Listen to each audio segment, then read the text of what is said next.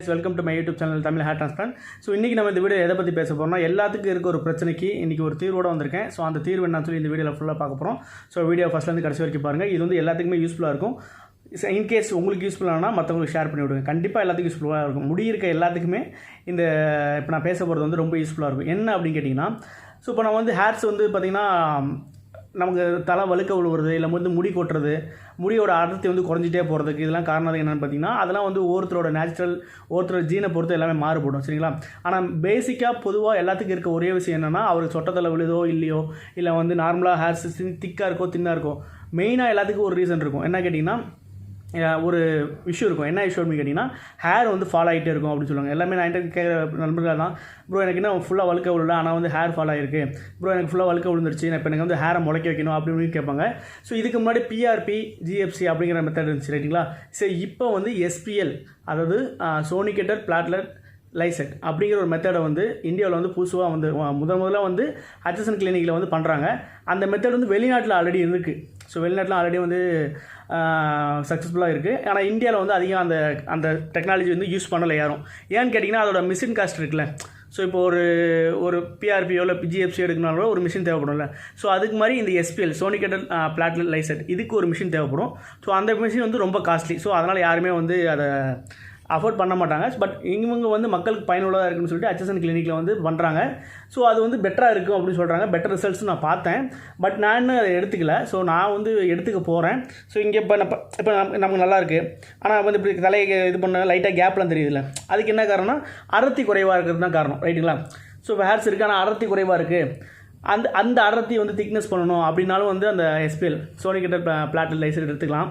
இல்லை ஹேர்ஸ் வந்து உங்களுக்கு கொட்டிகிட்டு இருக்குது, அது வந்து நீங்கள் ஸ்டாப் பண்ணணும் அப்படின்னாலும் அந்த எஸ்பிஎல் எடுத்துக்கலாம். எஸ்பிஎல் வந்து ஷார்ட் ஃபார்ம், சோனிகேட்டட் பிளாட்லெட் லைசெட். இதை நீங்கள் எங்கேயுமே கேள்விப்பட்டிருக்க மாட்டீங்க, எந்த கிளினிக்குமே இது கிடையாது. ஸோ முதல்ல வந்து ஹட்சசன் கிளினிக் வந்து பெங்களூரில் இருக்குது, ஓகேங்களா? ஸோ அந்த கிளினிக்கில் வந்து இது பண்ணுறாங்க. அவங்களோட நம்பர்ஸ் வந்து நான் டிஸ்பிளேல கொடுத்துருங்க, எடுத்துங்க. உங்களுக்கு வேணும்னா நீங்கள் போய் பார்த்து செக் பண்ணி இதை பற்றி செக் பண்ணுங்கள். ஃபஸ்ட்டு செக் பண்ணிவிட்டு உங்களுக்கு வேணும் அப்படின்னா அவங்கள காண்டாக்ட் பண்ணி நீங்கள் பண்ணிங்க. ஒரு செஷனுக்கு வந்து 4000 rupees சார்ஜ் பண்ணுறாங்க. இது ரொம்ப கம்மி தான். மேபி அது ஃப்யூச்சரில் வந்து அதிகமானாலும் ஆகலாம், வாய்ப்பு இருக்குது. ஏன்னா வந்து ரிசல்ட்ஸ் வந்து எல்லாத்துக்குமே பக்காவாக வந்துட்டுருக்கு. ஸோ நான் வந்து இன்னும் அதை எடுத்துக்கல. நான் வந்து ரிசல்ட்ஸுக்கு வந்து நான் மற்றவங்களோட ரிசல்ட் பார்த்துருக்கேன். பட் நான் அதை இன்னும் அனுபவிச்சு பார்க்கல. ஐ மீன் நான் எடுத்துகிட்டு அது எப்படி ரிசல்ட் இருக்குன்னு நான் பார்க்கல. ஸோ அது வந்து நான் வந்து நெக்ஸ்ட் வீக்கில் இல்லை நான் எடுக்கலான்னு இருக்கேன், ஓகேங்களா? நெக்ஸ்ட் வீக் நான் எடுக்க போகும்போது அங்கே வந்து லைவாக வந்து அதை ஷூட் பண்ணி உங்களுக்கு வந்து டெலிகாஸ்ட் பண்ணுறேன். அது எப்படிலாம் பண்ணுறாங்க, என்னென்ன மிஷின்ஸ்லாம் யூஸ் பண்ணுறாங்க, எப்படி எடுத்து எங்கெல்லாம் இன்ஜெக்ட் பண்ணுறாங்க, என்னோட முடி அடர்த்தி இப்போ எப்படி இருக்குது, அது இன்ஜெக்ட் பண்ணதுக்கப்புறம் எப்படி இருக்குது அப்படிங்கிற டீட்டெயில் நான் வந்து கன்வியூஸாக உங்களுக்கு போஸ்ட் பண்ணுறேன், ஓகேங்களா? ஸோ இதை மிஸ் பண்ணிடாதீங்க. எந்த கிளினிக்குமே இது கிடையாது. யாருமே அந்த மிஷினை வந்து அஃபோர்ட் பண்ண முடியாது. அதனால் அதிகமாக வந்து யாருமே அதை பண்ண மாட்டாங்க. பிஆர்பி ஜிஎஃப்சி பண்ணி விட்டு போயிடுவாங்க. பிஆர்பி ஜிஎஃப்சி எப்படி கேட்டிங்கன்னா எல்லாத்துக்குமே செட் ஆகும் கேட்டால் செட் ஆகாது. ஆனால் இந்த எஸ்பியில் வந்து எல்லாத்துக்குமே செட் ஆகும். ஏன்னா இது வந்து அட்வான்ஸ் டெக்னாலஜி. ஸோ இது எதுக்கெலாம் யூஸ் பண்ணாங்க அப்படின்னு கேட்டிங்கன்னா, நம்ம ஸ்கின் வந்து க்ளோ ஆகிறதுக்கு, ஹேருக்கு வந்து திக்னஸ் கொடுக்குற, ஹேர் வந்து அதுக்கப்புறம் மூட்டு ஜவ்வு அந்த மாதிரி எல்லாத்துக்குமே யூஸ் பண்ணுற ஒரு டெக்னாலஜி இது. ஸோ ஹேர் ஃபாலிக்கலில் வந்து இது என்ன பண்ணுது அப்படின்னா, பிஆர்பியும் ஜிஎஃப்சி என்ன பண்ணும், தின்னாக இருக்க முடிய திக்காக மாற்ற ட்ரை பண்ணும், ஓகேங்களா? உங்களுக்கு செட் ஆச்சுன்னா மாற்ற ட்ரை பண்ணும். பட் இது அப்படி பண்ணாது. இது பார்த்திங்கன்னா, இப்போ ஒரு ஃபாலிக்கல் இருக்குது, ஒரு ஹேர் இருக்குன்னு வச்சுங்க. ஹேர் வந்து கம்ப்ளீட்டாக வந்து கொட்டினதுக்கப்புறம் தான் அந்த இடத்துல நமக்கு பேட்சாக கேப்பாக சொட்டன்னு சொல்லுவாங்கள்ல, வழுக்கத்தால் விழுந்துடும், ரைட்டுங்களா? ஸோ அதுக்கு ரீசன் என்ன அப்படின்னா, ஹேர் சைக்கிளில் வந்து பார்த்திங்கன்னா, அதாவது நமக்கு வந்து ஹேர்ஸ் வந்து அப்படியே நம்ம பிறந்தவொடனே இருக்கிற ஹேர்ஸ் அப்படியே இருக்காது.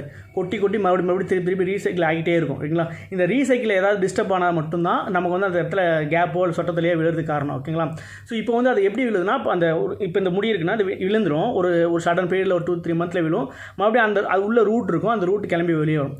ஸோ அந்த ரூட்லேருந்து அது அடுத்த ஒரு ஹேர்ஸ் வராமல் அப்படியே அந்த ரூட்டை மேலே இருக்க அந்த ஹோல்ஸ் வந்து மூடிடுச்சு அப்படின்னா தான் அந்த இடத்துல கேப் ஆயிரும், அந்த ஹேர்ஸ் வெளியே வராது.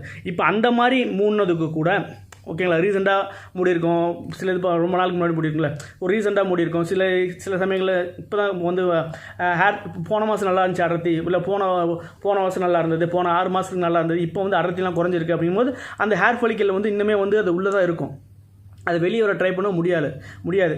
ஆனால் இந்த எஸ்பிஎல் சோனிகேட்டட் பிளாட்லெட் லைசெட் நீங்கள் எடுத்தீங்க அப்படின்னா, ஸோ அதை வெளியே வரதுக்கு இது வந்து பூஸ்டப் பண்ணி கொடுக்கும். ஸோ பிஆர்பியோ ஜிஎஃப்சியோ வந்து அது அவ்வளோவா வந்து அதை வந்து மோட்டிவேட் பண்ண முடியாது. ஸோ அது வந்து அதோட பிஆர்பி ஜிஎஃப்சி அப்போ வேஸ்ட்டாக அப்படின்னு கேட்டிங்கன்னா அப்படிலாம் சொல்ல முடியாது.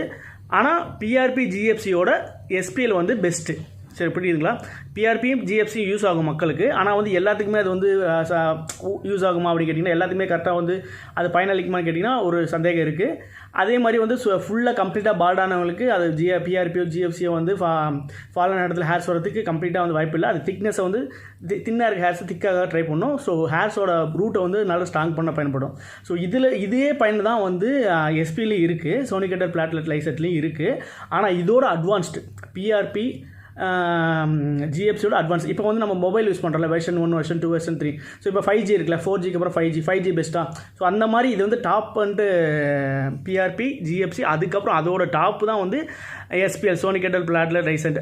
ஸோ இதை வந்து நீங்கள் வந்து ஒரு 2-3 டைம் எடுத்தாவே வந்து நமக்கு ரிசல்ட் நல்லா தெரியும் அப்படிங்கிறாங்க. நான் எடுத்த விட்டுன்னு நான் பேசினேன், நல்லா தான் இருக்குன்னு சொல்கிறாங்க. ஓகேங்களா? இன்னும் நான் எடுத்துக்கல, நான் எடுக்கும் போது கண்டிப்பாக என்னோடய ரிசல்ட்ஸ் எப்படி இருக்குன்னு நான் உங்களுக்கு போஸ்ட் பண்ணுறேன்.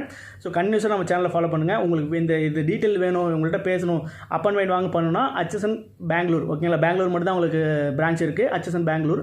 அதோட நம்பர்ஸ் நான் வந்து டிஸ்கிரிப்ஷன்லையும் கொடுத்துருக்கேன், டிஸ்பிளேலையும் கொடுத்துருக்கேன். ஸோ கால் பண்ணி நீங்கள் பேசுங்க. இதை ஃபஸ்ட்டு போய் செக் பண்ணுங்களேன். எஸ்பிஎல்னு சொல்லிட்டு எங்கேயுமே இருக்காது, இவங்க மட்டும் தான் பண்ணுறாங்க.